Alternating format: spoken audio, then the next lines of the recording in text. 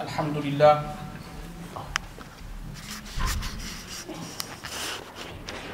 لله نحمده ونستعينه ونستغفره ونؤمن به ونتوكل عليه ونعوذ بالله من شرور أنفسنا ومن سيئات أعمالنا من يهد الله فلا مضل له ومن يضلله فلا هادي له ونشهد أن سيدنا ونبينا ومولانا محمدا عبده ورسوله وصلى الله تبارك وتعالى عليه وعلى آله وصحبه وبارك وسلم تسليما كثيرا أما بعد فأعوذ بالله من الشيطان الرجيم بسم الله الرحمن الرحيم. There are three moments in life which we all look up to. The three moments are: number one, when we pass our driving test. Because when we pass our driving test and we have our own car, we have this freedom. We are able to drive and go wherever we want, whenever we want. When we go shopping, we could buy as much things and as much goods as we want because we've got a car and a boot where we could put all our shopping in. We could stay awake or stay out all night, come home 1 o'clock, 2 o'clock without any danger. So that is the first thing which a person looks up to, is the moment he buys a car and the moment he passes the driving test. The second moment which we look up into life is the moment or the day when we get married. Because when we get married, there are physical benefits of marriage and there's also a spiritual benefit of marriage and nikah. As mentioned in the hadith, Rasulullah sallallahu alaihi wasallam has said that whenever somebody gets married, then he has completed half of his iman. And the third moment we look up to in life is the moment when we buy a house. When we buy a house, we could then decide the color of the walls. We could then decide whether we want carpets or laminate. We could decide whether we want 1 chandeliers or 2 chandeliers. We could decide where we're going to put the televisions, where we're going to put the table. In the kitchen, we could decide where we're going to place the cooker, the microwave, the washing machine, the dishwasher. We could do whatever we want because it's our house. When we are sharing with parents or brothers and sisters, the only right we have to the house is probably in our room. We can't really decide whether it's going to be carpets or laminate because our dad or our mother is going to decide that. We can't decide whether we want a cooker here or the microwave there because our parents will decide. So these are three moments we look up to in life. The third one in particular is when we have a house or a place where we could decide the coloring of the paints, we could decide on the design, we could decide whether we want 1 chandeliers or 2, we could decide whether we want carpets or laminates. But there is a fundamental thing we forget when we are designing our own homes. And that fundamental thing which we forget when we are designing our own homes is that there would be a time where we will move into another home. A home where there would be no lights. A home where there would be no chandeliers. A home where there would not be any radiators or air conditioners. There will be a time when we'll move into another home where there would be no television, where there would be no microwaves, where there would be no washing machines or dishwashers. There will be a time when we'll move into a home where there would be no toilet or bathroom there. There will be a time when we'll move into a home where there will be no paint. There will be no kind of comfort of a house. There will be no sofas. There will be a time when we'll move into a home which would be 6 foot deep and 3 feet wide. And that home, my brothers and sisters listening on the scanners, is what we call in Arabic qabr, the grave. That is our permanent home. Our home in this world is for what, 60 years? The house we move into, we spend all our life buying a house. We probably buy a house when we're 30, 35, 40. And then we decorate the house for 20 years, 30 years later, we then leave this world. But there is actually another home where we will be there for thousands and thousands and thousands of years. And that home is the grave, is what is inside. That place, the grave, the mud and the soil will be our pillows. The dirt will be our blanket. That is our grave. That is our home. And this is where we're going to be there for many thousands and thousands of years. Now the theme of today's talk, and also for the talks which are going to be delivered over the next month, is to talk about life after death. We have many students, alhamdulillah, from the madrasa, but even for the elder members of the audience, there is a dua which I'm sure you read when you went to mosque and madrasa. Amantu billah. That what do we as Muslims believe? We believe in Allah. Wa malaikatihi. We believe in His angels. Wa kutubihi. We believe in His books. Wa rusulihi. We believe in the messengers. Wal yawmil akhir. And we believe in the last day, the final day, that there will be a day when this world will come to an end. Wal qadri khayrihi wa sharrihi min Allah. And we believe in fate, taqdeer, the good and the bad. And what's the last thing we believe in?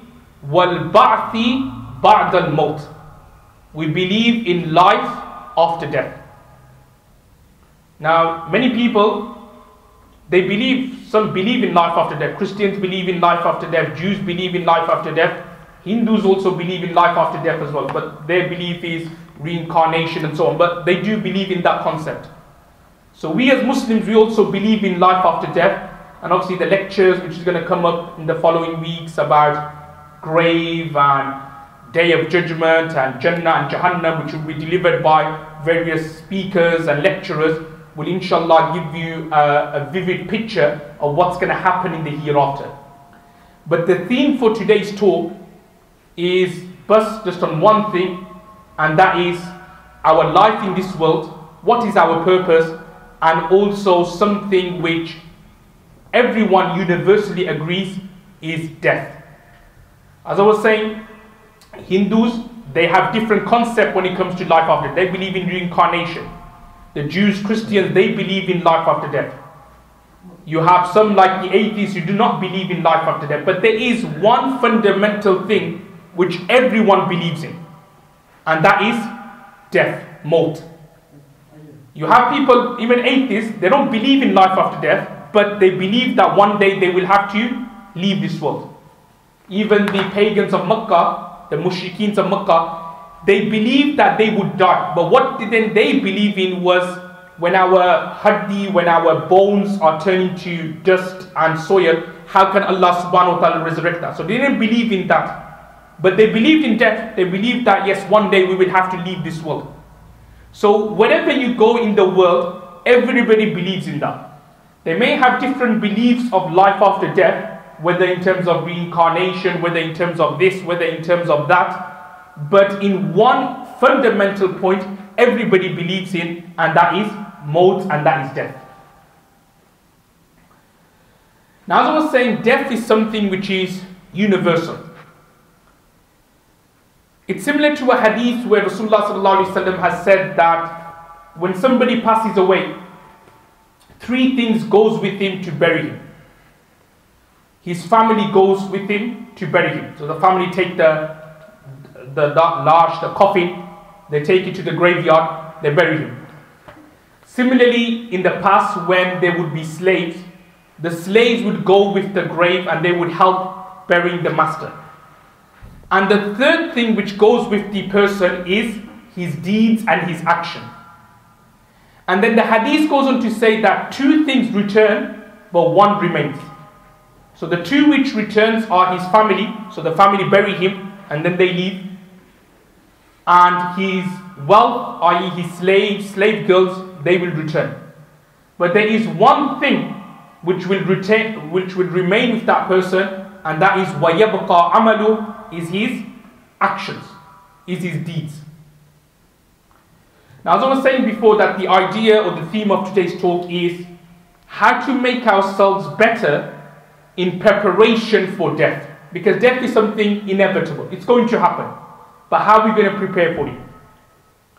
Now, just an example for the younger members of the audience.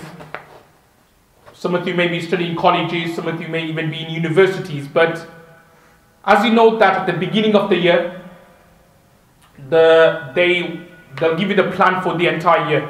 That these are your holidays. And they'll also tell you that in May and in June is your exam period. So they'll tell you that make sure you're in Birmingham or whatever you are during those dates, because these are your exam dates, and make sure you prepare for your test and your exams.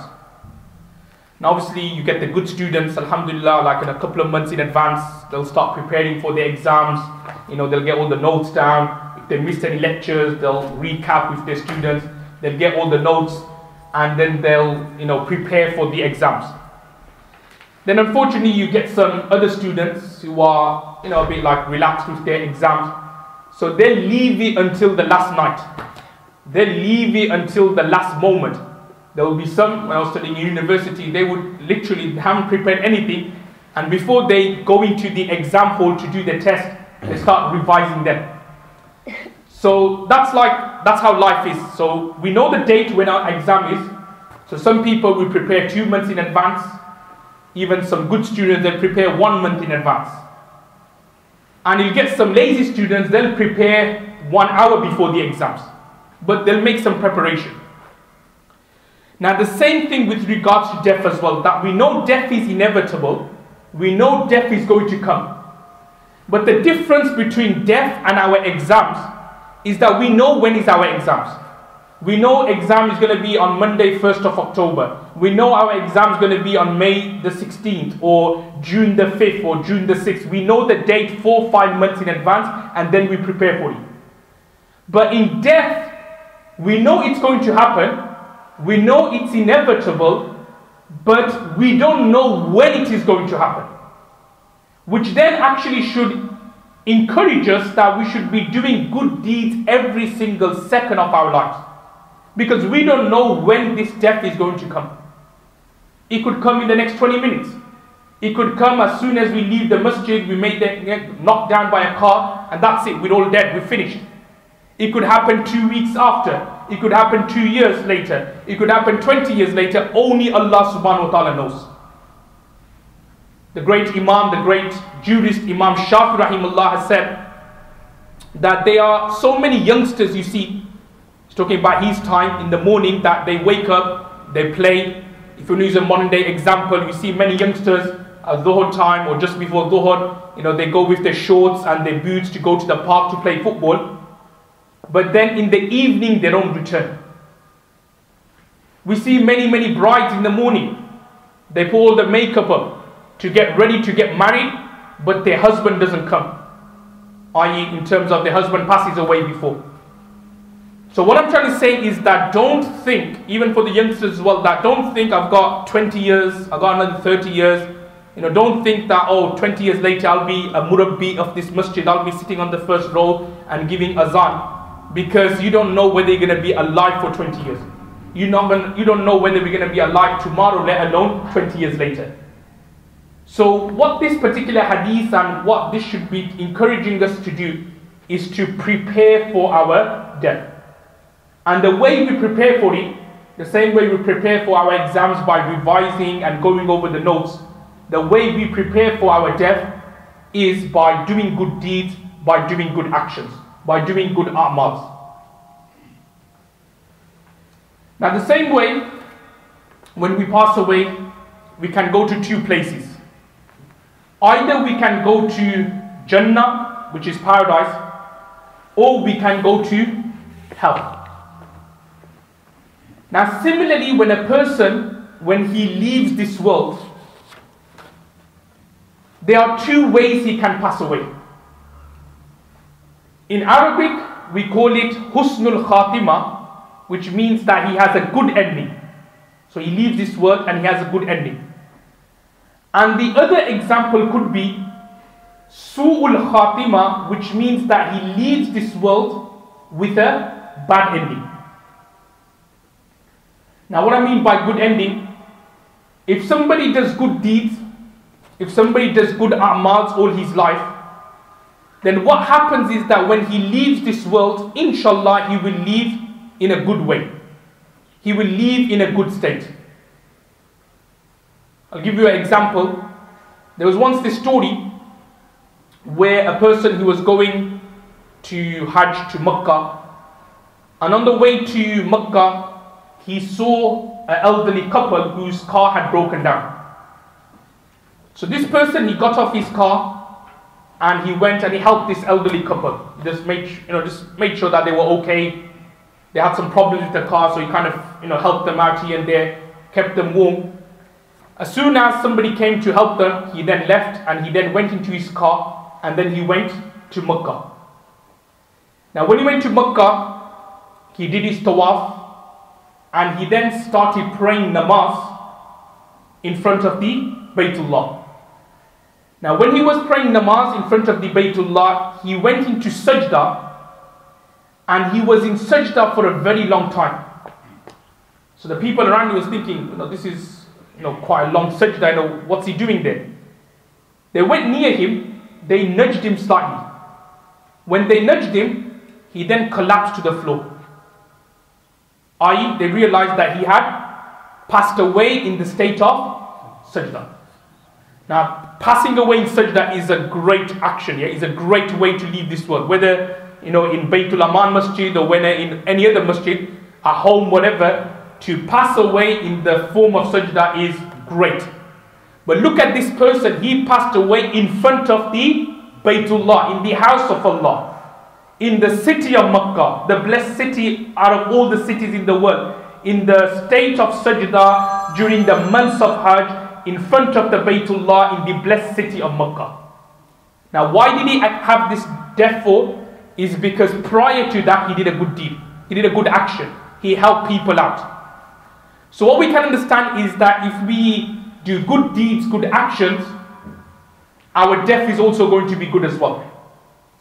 Another example, another story which is mentioned, that there was a person, he was driving his car, he was listening to Quran, he was listening to some qiraat, recitation of the Holy Quran. He was involved in an accident, a very serious and a very bad accident. The ambulance came, they took him, and they took him to the hospital where he obviously eventually lost his life. But when he was going to the hospital, the paramedics, they could hear him mumbling something. So one of the paramedics went close to him and they could hear him reciting the blessed verses of the Holy Quran. So that's like another person who did a good deed, listening to the Holy Quran.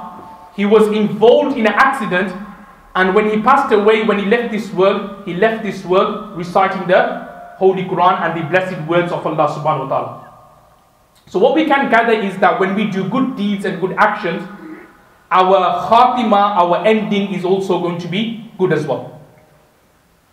Now similarly, the contrary, if we do bad deeds, bad actions, we will leave this world in a very, very bad state. It's simple. People who were too engrossed in the worldly life, people who were involved in sins, when they will leave this world, they will leave it in a very, very bad state. Now it could be any forms of sins, it could be any forms of disobedience, it could be something like somebody is a habitual alcoholic. So when he leaves this world, last thing he will say before he leaves this world is, oh, where's my glass of wine, or where's my glass of alcohol? Somebody who loved his football players and his singers and his pop stars more than anyone else, he leaves this world saying the names of the football players, saying the names of the singers and the pop stars. It could be any sin which a person did. When he leaves this world, it'll make it difficult for him to say the kalima.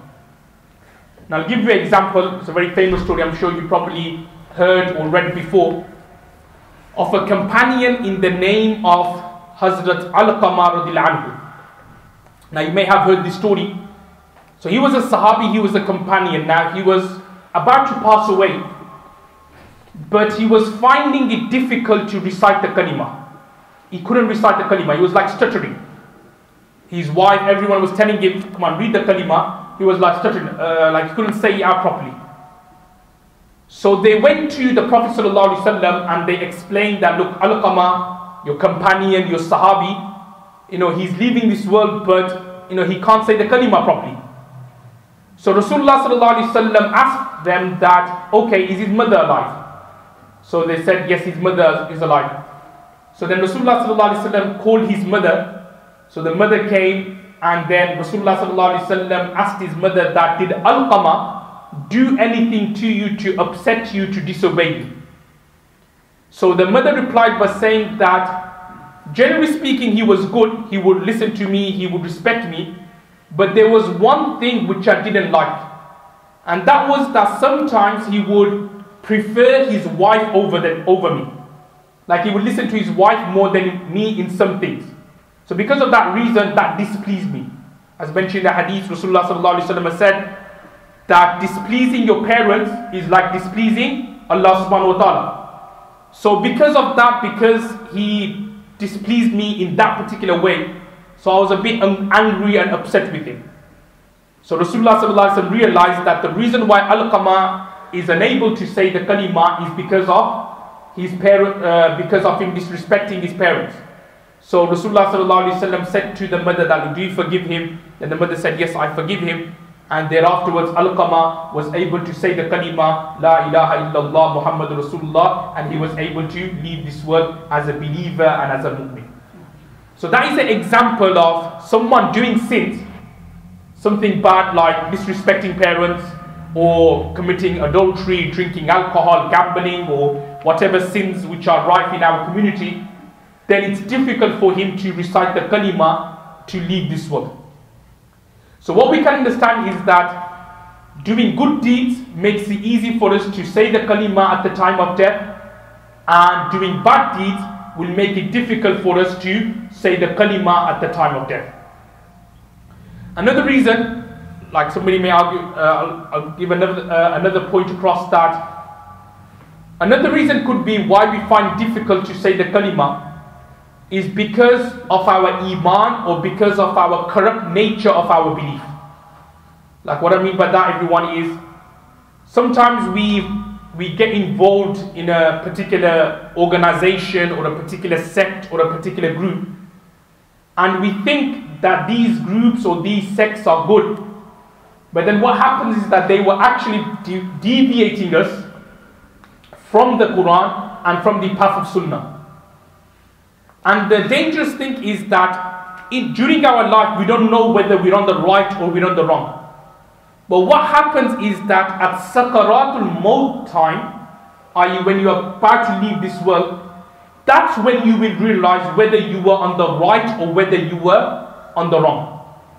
Because as I'm going to explain later, that if you were a good person, a good believer, a true believer, the angel of death would come in a very nice way. However, if your beliefs, even though you were a believer, even though you had a Muslim name, but if your beliefs were slightly corrupt, then the angel of death would come in a very horrendous way, in a very scary way.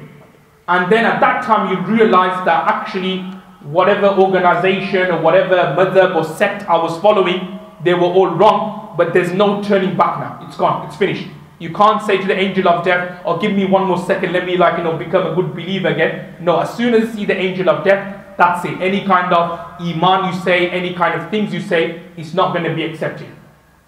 So that also is encouraging us that not only should we do good deeds and good actions, but we should also learn about our religion as well. Yeah, many people, they just lead a life of just without acquiring any knowledge, and they think that what they're doing, the way they're praying namaz, the way they're reading Quran, that's all correct. What they're following, that's all correct. What could happen is actually the way they're reading namaz could be wrong. The way they're reciting the Quran could be wrong. So that all boils down to the importance of learning and acquiring knowledge. And obviously we have, alhamdulillah, many students from our madrasa here today who obviously are learning this knowledge, who are learning how to recite the Quran properly, learning about the religion, so that not only can they protect their iman and their faith, but also they can protect the faith of their children, of their brothers and sisters, and also of their parents by acquiring knowledge. So what we can understand here is that there are two reasons which could lead to a bad death. One is obviously sins, gunas, bad actions, and the second is the lack of knowledge, because when there's no knowledge, when somebody doesn't have any ilm and knowledge, it's very easy for him to get deviated. Now moving along, you may be thinking, okay, why do we need to know about this? Now, why do we need to know that whether we're going to die in a good way or in a bad way? Now, the reason why I'm mentioning it is because, as mentioned in the hadith, the angel of death, he will come in different ways for a good person and for a bad person. It's mentioned in the hadith that if somebody was a true believer, a good person, and when he leaves this world, the angel of death will come to him in a very, very nice and a nice, pleasant way. The angel of death would get coffin, i.e. the shroud, from the shrouds of Jannah. And he would also get the best perfume from the perfume of Jannah. And he will then go to that person who's about to die, and he would then say to the soul that come out, like, the same way when we say to our young sons and daughters when they're about to sleep that, or just go to sleep, we pat them and they go to sleep.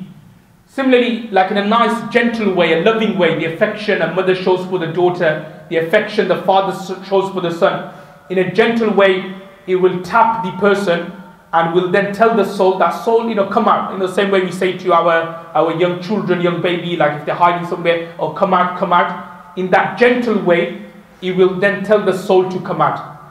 And the soul easily will come out. No problems, no difficulty, easily. Same way when you turn the tap and the water comes out easily without any problems, without any noises or anything like that. It comes out smoothly. So in that way the soul will come out smoothly of that pious person, of that believer.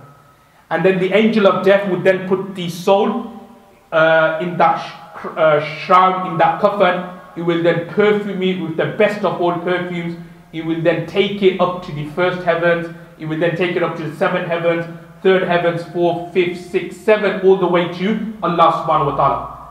And in this particular journey to the seven heavens, there will be angels there. They will be asking Jibreel, they will be asking the angel of death that, who is this soul do you have? It smells so nice.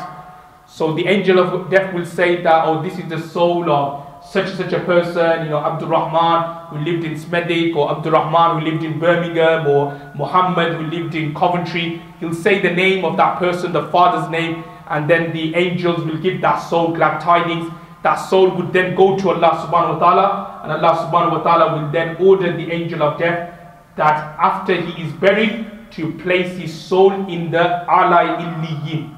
This is the place where the good souls go. And then afterwards Allah subhanahu wa ta'ala will order the angel of death to smoothly take this soul back into that person's body, so that he is ready for the grave and the pleasant scenario of the grave. And then when he's in the grave, then the soul goes into this A'la Illiyin, where he's able to experience the blessings of Jannah and paradise. So that is for the good person. Whereas someone who's a bad person, an evil person, somebody, na'udhu-billah, who passed away in a nightclub or in a disco, listening to music, took some drugs and collapsed and died in that particular way. Somebody who passed away committing bad things or doing so many other gunas, disrespecting parents. Then what would happen is that when his time of death comes, the angel of death will come again. But this time he will come in a very horrendous way, in a very scary way. Now sometimes you probably see some horror movies, and you think, oh, that looked quite scary. This is like a million times scarier. So the angel of death would come, and he will come and he will say to the soul, oh soul, get out here, come out. Not like pleasantly tell him, come out soul, He will say in a very shouting way, in a very fierce way, in a scary way that, oh soul, get out of this body. Sometimes when teachers, when they get a bit angry, or parents get a bit angry with their children, or the students say, oh, get out, or stand up, or in a very harsh way. This is million times harsher. The angel of death would say to the soul, you get out of this body. And when this body comes out, when it comes out, the soul, he will not be put in some nice coffin or in some nice perfume, but instead he would put it in a sack, like the sacks we have where we put our rice in and so on. A sack, he will put it in there, but this sack would like totally smell. The soul itself would smell, but also the sack where the soul would be placed, that will also horrendously smell as well. And then it will be like flung all the way up from the earth to the first heavens, second heavens, third heavens, all the way to Allah subhanahu wa ta'ala. The angels who would be there in the first and seventh heavens will be thinking, what stinking smell do you have with you, angel of death? So the angel of death say, oh, this was such and such a sinner who lived in Birmingham, or who lived in Coventry, or who lived in London, or whatever, or in Manchester, or in India, or in Pakistan, whatever. The angel of death would say that, and then the soul would then go to Allah subhanahu wa ta'ala. Allah subhanahu wa ta'ala will then order that this soul be placed in the Sijil, which is like where the evil soul goes, and thereafterwards Allah subhanahu wa ta'ala will then order Jibreel alayhi salam to drop the soul from the seven heavens, to drop the soul all the way down into his body. And that's why when we hear stories of somebody screaming before he left this world, that could be one of the reasons why. Imagine a soul coming from seven heavens, bang, all the way down. So even with, like, just say if we were to throw a child, well, I'm not saying we should, but just say if a child or someone just fell from the bedroom window, they'll probably scream when they hit the ground. So similarly, the soul will be coming from the seven heavens, and it go all the way down, bang into that person's body, and then he'll let out a screech or a scream, and that is because of the soul coming and hitting into his body. So that will be the state of the evil people. The bad person who lived this world sinning, zina, whatever, adultery, gambling, that would be their state when they leave this world. So now in a nutshell, what I'm trying to say is that we don't want obviously something like that to happen to us.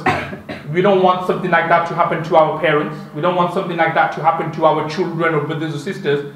So we should not only ourselves do good deeds and be steadfast, but also encourage our brothers, sisters, our children to also do good deeds and good actions as well. And also very importantly, pray to Allah subhanahu wa ta'ala all the time to keep us steadfast on Iman. What we call istiqamat al-Iman. We should always pray to Allah for steadfastness. Sometimes we think that, we in a madrasa, we teaching, that we guaranteed to die on Iman.